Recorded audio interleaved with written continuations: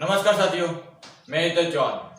हमने चौहान वंश के बारे में हम पढ़ रहे थे। चौहान वंश की दो शाखाएं हमने पढ़ ली थी। एक पढ़ ली थी कौन सी, सांबर के चौहान वंश, और एक शाखा कौन सी पढ़ ली थी हमने, वो थी रणथंभौर के चौहान वंश। आज एक नई शाखा का प्रारंभ होगा, आज नई एक शाखा की शुरुआत होगी, उसका नाम है जालोर के चौहान वंश। हमने चौहान वंश के बारे में पढ़ा था। चौहान वंश की दो शाखाओं को हमने कंप्लीट किया था। चौहान वंश की जो पहली शाखा थी सांबर के चौहान वंश में हमने पृथ्वीराज चौहान जो अंतिम शासक था उसके बारे में हमने पढ़ा था। अंतिम पृथ्वीराज चौहान का पुत्र था गोविंदराज ने रणथंभौर की शाखा का प्रारंभ किया और वहां का अंतिम शासक है हमीरदेव चौहान। उसके बारे में हमने पढ़ लिया था। आज हम पढ़ेंगे कौन सा, जालोर के चौहान वंश। जालोर के चौहान वंश की स्थापना की थी, किसने की थी? कीर्तिपाल ने। जालोर के जो चौहान वंश की शाखा का जो प्रारंभ किया था वो किया था किसने किया था? कीर्तिपाल ने। किस तरह से किया था, कौन कौन से शासक हुए थे, क्या क्या बात हुई थी, वो सब हम आज पढ़ेंगे। ठीक है, तो हुआ क्या था कि जालोर के चौहान वंश की जो स्थापना हुई, जालोर की चौहान वंश की जो शाखा का जो प्रारंभ हुआ था वो हुआ था कीर्तिपाल के समय। हुआ क्या कि कीर्तिपाल के पिता अल्हण चौहान, वो क्या थे? चालुक्यों के सामंत थे। कौन थे? चालुक्यों के सामंत थे। तो क्या सामंत का मतलब होता सर्वेंट, उनके नौकर थे। कौन थे? ये कीर्तिपाल के पिताजी अल्हण चौहान। ये अल्हण चौहान का ये चालुक्य के जो सामंत थे, नौकर थे। तो हुआ क्या कि उनके जो व्यवहार था, किसका व्यवहार था? कीर्तिपाल के पिताजी यानी कि अल्हण चौहान का व्यवहार था बहुत अच्छा था। वो चालुक्य को बहुत अच्छा लगा। क्यों? क्योंकि अल्हण चौहान हमेशा जो कार्य करता था वो ऐसा कार्य करता था कि चालुक्य उनके कार्य को देखकर बहुत प्रशंसा करते थे। इस कारण से बहुत सारे चालुक्य जो राजा हुए थे, उनके मतलब जो राजा हुए थे वो क्या करते थे? इनका विश्वास करते थे। किसका? अल्हण चौहान का। तो बहुत सारी जो सेनाएं थी वो उनके पास सुरक्षित कर दी, और जो भी आक्रमण करना है, जो भी कुछ करना है, वो अल्हण चौहान के अधिकार में था। मतलब तू कहीं पर भी जा, तू कहीं पर भी आक्रमण कर, तू कुछ भी कर, हम तेरे को पूछेंगे नहीं, ये कहकर उसको अलग कर दिया। किसको? अल्हण चौहान को। और अल्हण चौहान चालुक्यों की सेना के लेकर यहाँ वहां अपने मतलब चालुक्यों के साम्राज्य का विस्तार करता रहा। तो धीरे धीरे समय बीतता रहा। अल्हण चौहान हुआ बूढ़ा हो जाने के कारण से उसको लगा कि यार मैं जो सामंत मतलब मैं चालुक्य का जो सर्वेंट हूँ, नौकर हूँ, तो यार मैं तो बूढ़ा हो गया, अब मेरी नौकरी कौन करेगा? तो उसकी जो नौकरी की किसने की? उसके पुत्र को खड़ा कर दिया। किसको? कीर्तिपाल को। कीर्तिपाल बड़ा होकर उसको जो कार्यभार जो अल्हण चौहान कर रहा था वही कार्यभार किसको दे दिया? कीर्तिपाल को। लेकिन कीर्तिपाल क्या था कि बहुत महत्वाकांक्षी था। इसको लगता था कि नहीं, मैं एक नौकर नहीं बन सकता। इसको मन में यह था कि मैं नौकर की तरह मैं अपनी जिंदगी नहीं गुजार सकता, चालुक्यों के सामंत के रूप में नहीं गुजार सकता। इसलिए उसने क्या किया कि योजना बनाई। उसने किया कि अल्हण चौहान तो मर गया, मर जाने के बाद जो सारे कार्यभार किसको संभालने दिया? कीर्तिपाल को। ये बात जानते थे कौन? चालुक्य।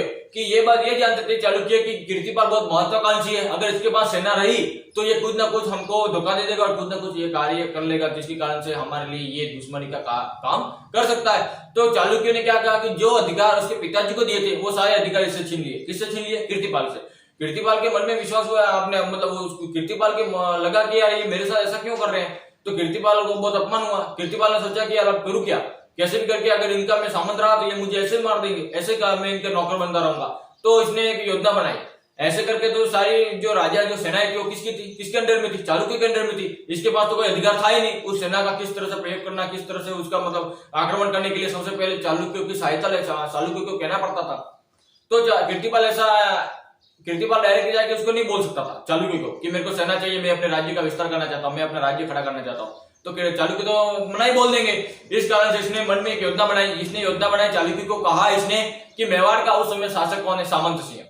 सामंत सिंह बहुत कमजोर शासक है, बहुत निकम्मा शासक है। इस कारण से उसने मेवाड़ पर हम अधिकार कर लेंगे और मेवाड़ को अपने चालुक्य मतलब हमारे साम्राज्य में मिला लेंगे। ऐसा कौन कह रहा है? कीर्तिपाल कह रहा है। किसको कह रहा है? चालुक्य को कह रहा है। चालुक्य के मन में लड्डू फूटा। उन्होंने कहा कि ठीक है भाई, कर ले आक्रमण।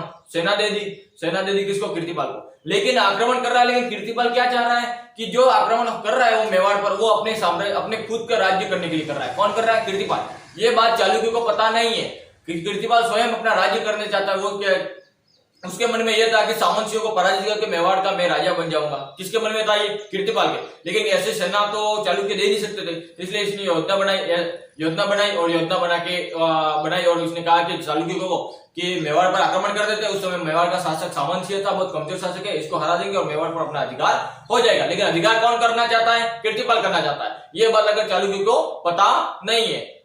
इसका मतलब ये क्या कर क्या रहा है? कीर्तिपाल के दूसरे के कंधे पे बंदूक रख के अपना निशाना साध रहा है ना। तो कीर्तिपाल का जो कार्यकाल 1181 से 1182, अलन चौहान का पुत्र पहले बता दिया। चालुक्यों का सामंत था, ये भी अलन चौहान के बाद ये उसका पुत्र बना, वो भी सामंत के रूप में काम किया। उसके बाद क्या हुआ कि चालुक्यों की सहायता से इसने मेवाड़ के शासक सामंत सिंह को अधिकार कर लिया, आक्रमण कर लिया मेवाड़ पर। आक्रमण करने के बाद सामंत सिंह भाग गया कहां पर, हार के भाग गया कहां पर, वागड़ क्षेत्र। वागड़ कौन सा, अपना डूंगरपुर और बांसवाड़ा, वहां पर आके रहने लगा। वहां अपने गोहिल वंश की एक नई शाखा का प्रारंभ किया किसने, सामंत सिंह ने। तो इस तरह से मेवाड़ पर अधिकार किसका हो गया, कीर्तिपाल का। कुछ समय बाद चालुक्यों ने पत्र लिखे, भाई अधिकार हो गया, हम आ जाए सुरक्षित जगह, तो हम आ जाए, हमारे मतलब कोई भी आप तुम अधिकार कर लिया, यहाँ पर आ जाओ। तो इसने जो पत्र लिया था चालुक्यों ने, उस पत्र को इसने स्वीकार नहीं किया और उस पत्र को फाड़ के फेंक दिया। कोई अधिकार नहीं मानूंगा, मैं अपने आप में राजा हूं, ऐसा कह दिया किसने, कीर्तिपाल ने। कोई अधिकार नहीं, मैं अपने आप में राजा हूं, ऐसा करके चालुक्यों की सहायता से मेवाड़ को जीता था, चालुक्यों को इसने बाहर खदेड़ दिया। किसने खदेड़ दिया, कीर्तिपाल ने, और अपने एक नए राज्य की स्थापना की। कहां पर की, मेवाड़ में। तो हुआ क्या, ये अपने पूर्णतः राज्य की स्थापना नहीं कर पाया। क्यों, क्योंकि इसके पास सेना नहीं थी, सेना बहुत कम थी, धीरे धीरे करना चाहता था ये। तो धीरे धीरे मेवाड़ की बहुत सारी सेना को इसने अपने अधिकार में ले लिया, और बहुत सारे जो सेनाएं थी वो इसके साइड में आ गई, किसके, कीर्तिपाल के। ऐसा करते रहे चालुक्य, यार घबरा गया, यार ऐसे कैसे कर रहे हैं, मतलब इसको पराजित कैसे करना रहा। इसके बाद तो अब तो अकेला था, इसके बाद कुछ सरदार थे, लेकिन अब तो क्या हो गया, पूरा मेवाड़ पर अधिकार कर लिया, चित्तौड़ पर अधिकार कर लिया। तो इसके बाद तो बहुत सारी सेना होगी, आक्रमण तो हम कर ही नहीं सकते, क्या कर सकते अब। ऐसे करके चालुक्य हो गए मौन हो गया। हुआ क्या कि सामंत सिंह का एक भाई था जिसका नाम है कुमारपाल। कुमारपाल ने सोचा कि यार मेरा भाई, यार मतलब हमारा जो साम्राज्य था, मेरा भाई मेरा वहां से हार के पराजित होकर यहाँ पर वागड़ में रह रहा है, हमारा साम्राज्य किसी और को मतलब कोई और हमसे कैसे छीन सकता है। ऐसे करके कुमारपाल ने योजना बनाई। कुमारपाल ने संदेश लिखा किसको, चालुक्य को। चालुक्य के पास गया, चालुक्य से बातें की, भाई आपका अधिकार होता है मेवाड़ पर तो चलता, आपका अधिकार होता तो हम चला, चलो आपका अधिकार है, ये सामंत का अधिकार हम कैसे स्वीकार करेंगे। तो चालुक्य ने क्या किया, क्या कर सकते हैं, इसने अधिकार कर लिया, आपको अधिकार, हम तो कुछ कर सकते नहीं है। तो कुमारपाल ने कहा कि काम करते हैं, योजना बनाते हैं, तुम्हारी सेना और मेरे कुछ सरदार है, मेरी कुछ सेना है, वो लेकर हम इसके ऊपर क्या कर देते हैं, आक्रमण कर देते हैं। तो ये योजना बनाई किसके मध्य, चालुक्यों के मध्य और कुमारपाल के मध्य एक संधि हुई, और संधि के मुताबिक ये बताया गया है कि कीर्तिपाल को, संधि के मुताबिक कीर्तिपाल को पराजित करने का मुख्य लक्ष्य रखा गया है। तो कीर्तिपाल के ऊपर आक्रमण कर दिया, और मेवाड़ पर इसको आक्रमण करने के बाद कीर्तिपाल हुआ पराजित होकर भागते भागते चला गया कहां पर, जालोर दुर्ग पर। जालोर उस समय बहुत पुराना दुर्ग है, जालोर जो परमाणु के समय बना हुआ था। तो जालोर दुर्ग पर अधिकार कर लिया किसने, कीर्तिपाल ने। और वहीं पर जालोर दुर्ग पर अधिकार करने के बाद वहीं पर चौहान वंश की नई नींव रखी, किसने, कीर्तिपाल ने। याद रखना हुआ क्या, कीर्तिपाल सामंत था किसका, चालुक्यों का। चालुक्यों की मदद से उसने मेवाड़ पर अधिकार किया।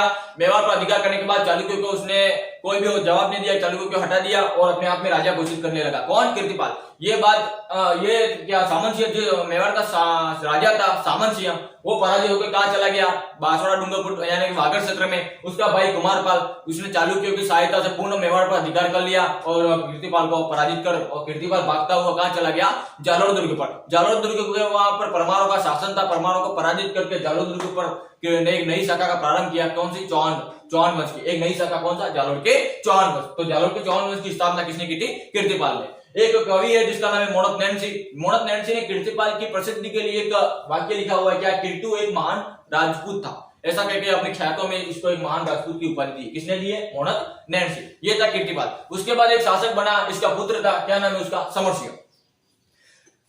सिंह शासक बना 1182 से 1205 तक रहा। ये कीर्तिपाल का पुत्र था।